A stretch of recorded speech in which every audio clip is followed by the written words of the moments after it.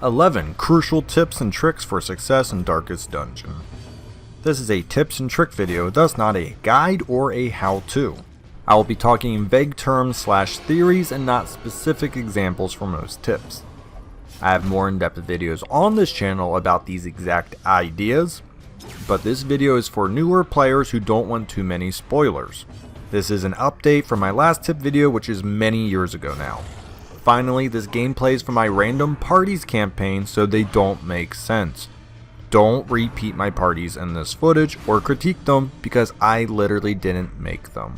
Tip 1. Use and abuse.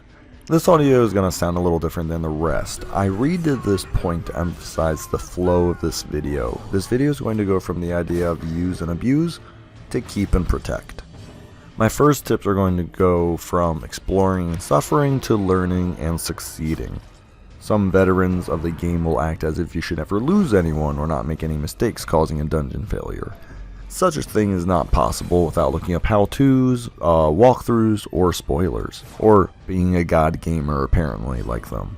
Darkest Dungeon is a game of planning and knowledge, and those are things you can look up. You can mimic party compositions of a veteran immediately. The knowledge and combat choices would lag, but you'd be miles further than someone who's experiencing every bump in the dark. So what is my first tip? It is the idea of use and abuse. Your first party compositions are going to be rough, if not downright terrible. This will lead to afflictions, deaths, and botched dungeons. The less afraid you are to run into things, the more you will learn what to do, and certainly what not to do. The game has intentional pitfalls it wants the players to walk into. Do these while you're in the apprentice stage and are going to dismiss everyone from the dungeon run. The only two characters I think you must keep is Dismas and Reynold. Outside of those two, your roster without spoilers is going to be a revolving door of fresh blood per week. Tip 2 will talk about that further. You need to feel the impact of losing people mid-dungeon, or what afflictions look like and how they can derail you mid-run. If you only explore when you feel safer into the game, also known as obviously later, you'll make mistakes costing you more real-life time than if you were to just experience them early on. The higher the resolve, also the more money and time you're going to sink into them and have already sunk into them. If you're going to lose a hero, do it at resolve 0 or 1 rather than resolve 5 or 6. To summarize this point, do not keep broken heroes. Lose a hero at low resolves if you're going to, get afflictions when people will be dismissed, and learn what not to do. The only way you will learn without spoilers is to use and abuse. It is a different mentality than most games, but once you understand that the heroes in your initial roster are not there for the long haul, you will move faster along than others. Tip 2. Recruitment Season. I don't watch other tip videos, but I saw a few people comment that saying upgrading the stagecoach becomes useless later in the game, so don't bother. That's only partially true. The stagecoach is obviously way better in the early game, and yes, as you get later in the game, it becomes less relevant, but the jump start to getting 4 heroes per week, and that's what this tip's about, getting to 4 heroes per week, you can't underestimate how big of a jump start that is. The reason we get to 4 heroes weekly is to use and abuse linking to the previous tip. Learn how to use heroes, and crash course yourself into the fights, curios, and loot. The reality is, bloating your roster early limits your options and progresses the game too quickly. The game progresses based on average resolve level, not weeks. There are some things that are week specific, but overall the general difficulty of the game does not progress unless you keep resolves higher and higher. So we send in those 4 heroes, and we dismiss those 4 heroes. You learn the roles of where they're strong, and you learn the roles of where they're weak. For most runs, rushing the early game has 0 benefit. The early game is where you are your strongest, as your gear and skills are better than the enemy. Take advantage of this, don't rush it. Tip 3. Quest Variety. Explore rooms can be really inefficient and can offer a lack of events or fights. Or the opposite, they can be super jam-packed with everything. You have to go to an arbitrary amount of rooms to complete. Battle rooms and objective quests can offer similar resources, but also faster completion or a more planned out dungeon, and I'll expand on that. Medium dungeons, obviously you can do medium explore, I'm just saying, but if you do a medium battle or a quest, which are always mediums, they have secret rooms and give more resolve upon completion, thus condensing your in-game time for more reward. Obviously it'll take a little more time in your real life. I made an entire video about this. It's called Darkest Dungeon Room Statistics. I'll put it down in the description if you really want to nerd out. Overall, do not default to Explore if you think it is the safest or most efficient. They are reliable in terms of time to complete, and that's about it. Battle rooms can allow for faster finishes, or like I said, give the option to make your room choices if you scout well. And what I'll finally say about battle rooms, rarely will you have to go to every single room. It will happen, but the amount of times you'll have to do that compared to finishing faster and having the option to back out or do more things in the pitch dark will greatly surpass Explorer rooms. Tip 4. Curiosity does kill the hero. Curios are purely knowledge based. Thus, it's up to you if you want to explore every single curio by yourself or use the wiki. I don't care which one you do. What does not change about this tip is utilizing them and preparing for them in each area. Each area has different curios and some do remarkable things, good and bad. My favorite curio is the coral in the cove, and if you've played the game, you'll know why. I'm not going to say it here. Each area will need a little more provision of a certain type, and this leads into my next tip.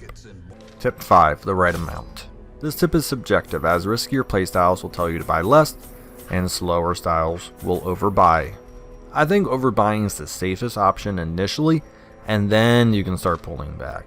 Are 4 bandages too many? Yeah, let's try 3, then 2.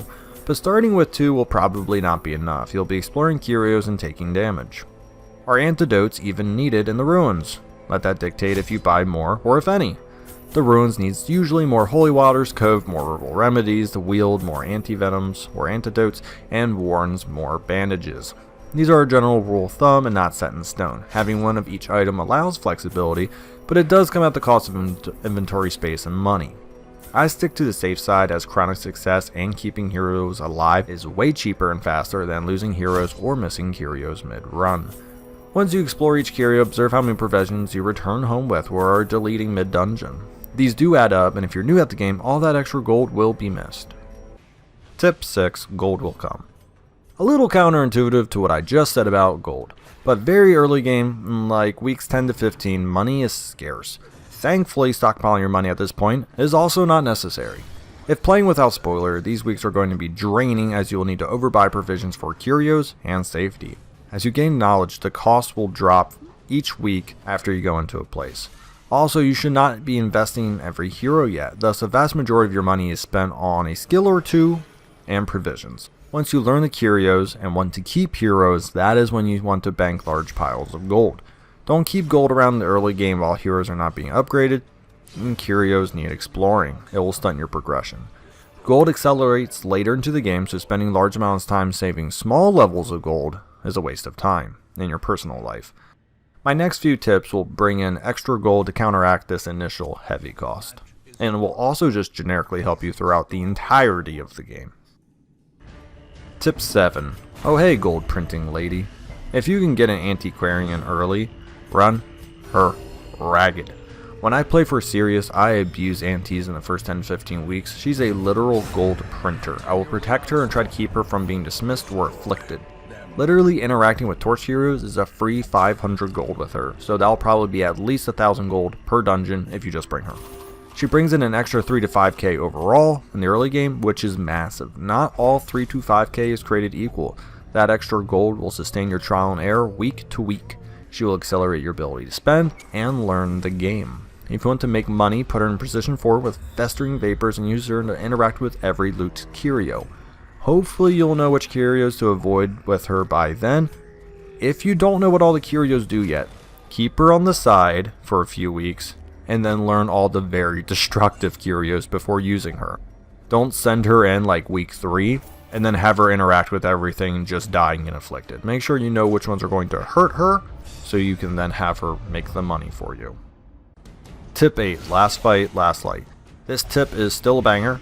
Loot is determined by the light level at the end of the fight, not the average throughout. Thus, fight in bright light for the entirety of the fight and then at the end, snuff it out. You will get the reward of torchless with the minimal risk. I tend to do this with the last fight where 2 have enough torches left. This can be done from boss fights, hallways fights, to room fights. It's easier to get massive loot at the end of a hard fight if you just turn off the torch when they're like 5 HP left. Tip 9, Scrounging in the dark. Let me say this about the upcoming tip. Theoretically, this could be taken to the extreme. The more curios you save for the end of the dungeon, the more loot potential. Some people say they skip most of the Curios and then go back in pitch dark after completion. A few problems with that: food may run out, more fights, extra traps, and just the generic stress of walking in the dark. The safest way to do it is to calculate how many rooms you have left and what is your objective. Could you back out at any point if something goes wrong? Yes, then you can go longer without the higher risk. If you can't back out at any time, reconsider doing a shorter part of the dungeon in pitch black or pitch dark. This is per situation, not a formula. Often when I complete the dungeon or come within one room of it, I will do a hallway or two max of pitch black or pitch dark loot. Anything past that may result in a food check or fights in the dark. If you remember not to grab everything in a hallway adjacent to the room, leave it for after the quest completion. You can earn more money a few minutes later rather than grabbing everything now. This is a great habit to have throughout the entire game. Also, at this point upon dungeon completion, you can drop your useless items or use your quest objective items, thus max space, max loot. No hard decisions to make. Tip 10. Looking ahead. Literally. Scouting is crazy beneficial in this game. Mandatory. Broken. The amount of benefits from scouting is worth looking up on the wiki. The obvious being seeing traps, fights, secret rooms, and quest objectives. Hidden benefits: you can't be surprised and you can increase the chance of surprising the enemy. Getting as many scouting trinkets as possible is essential for any stage of the game. There's one item which breaks the game wide open for you. I'll mention this as the last bonus tip. But do not underestimate scouting, the literal money and stress it saves. Use traps as stress heals. If I scout the next area and I see a trap 1 block away from me in the current room, I'll pop out into the hall and disarm it. You can backtrack into the room without receiving any stress but healing for 8. Just a great way to reduce stress. Tip 11. Quirky Heroes. This is my most advanced tip. For the small portion of heroes you do keep early on, such as before weeks like 10 or 15, start removing crippling quirks now. Your fodder is going to go in and you can have a couple of weeks where you're just taking off negative quirks. Locked in negative quirks, as they go higher in resolve, they get more expensive, and as they lock in, they get more expensive, and they can usually be around at least, I think, 4 times as expensive as non-locked in negative quirks. It will be almost impossible to have everyone quirk free, thus prioritizing crippling negative quirks like Perfectionist, Kleptomaniac, Compulsive, any fight stress related one, and detrimental to their strength such as reduced range on a ranged hero, or HP reduction on someone who needs HP, remove them immediately. However, skills that are not reflective of the hero's strength, such as reduced range accuracy on a leper, should be left to be locked in. Only 3 negative quirks can lock in, thus locking in irrelevant negative quirks ensures if you get a bad negative quirk, it will not lock. This saves thousands and allows you to have an elite squad of 4 to 8 heroes once you are ready to start saving people / progressing the game. Reynold comes with Kleptomaniac and is the first quirk I remove when the Sanitarium becomes available. If this is too much to remember, or if you're struggling on gold, you can forego this tip. If you're doing well enough, it is crucial to remove quirks weekly as this will save time and money later into the game. This upcoming tip is the only one I'm going to pause before jumping into. If you don't want to see a mini boss or a unique enemy, end the video here. Thank you for watching. Give a like if you think any of these tips will be beneficial, or if you've played the game, you know these tips are beneficial. Maybe highlight which ones you thought were really good. Now, this upcoming tip is a spoiler for, once again, it's a mini boss. It's not story related, but it is a unique enemy. So you've been warned. Countdown begins. 10, 9, 8, 7, 6, 5, 4, 3, 2, 1. Die on the altar.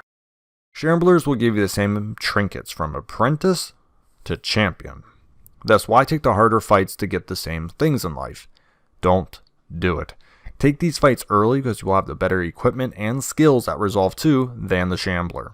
Also, it has the Ancestral Map, the item I was talking about, which allows you to scout more times than not. May I say, it breaks the game and legit the only trinket I could lose and feel devastated about, and there's some good trinkets in this game. The Ancestor's Candle is also a very good trinket, and if you're an achievement hunter, there's an achievement you got to get all the ancestral items. This is a much easier way to do that as well. Thank you for watching. Keep these ideas in mind when you progress throughout the game, and I honestly believe you'll be much better than the average player.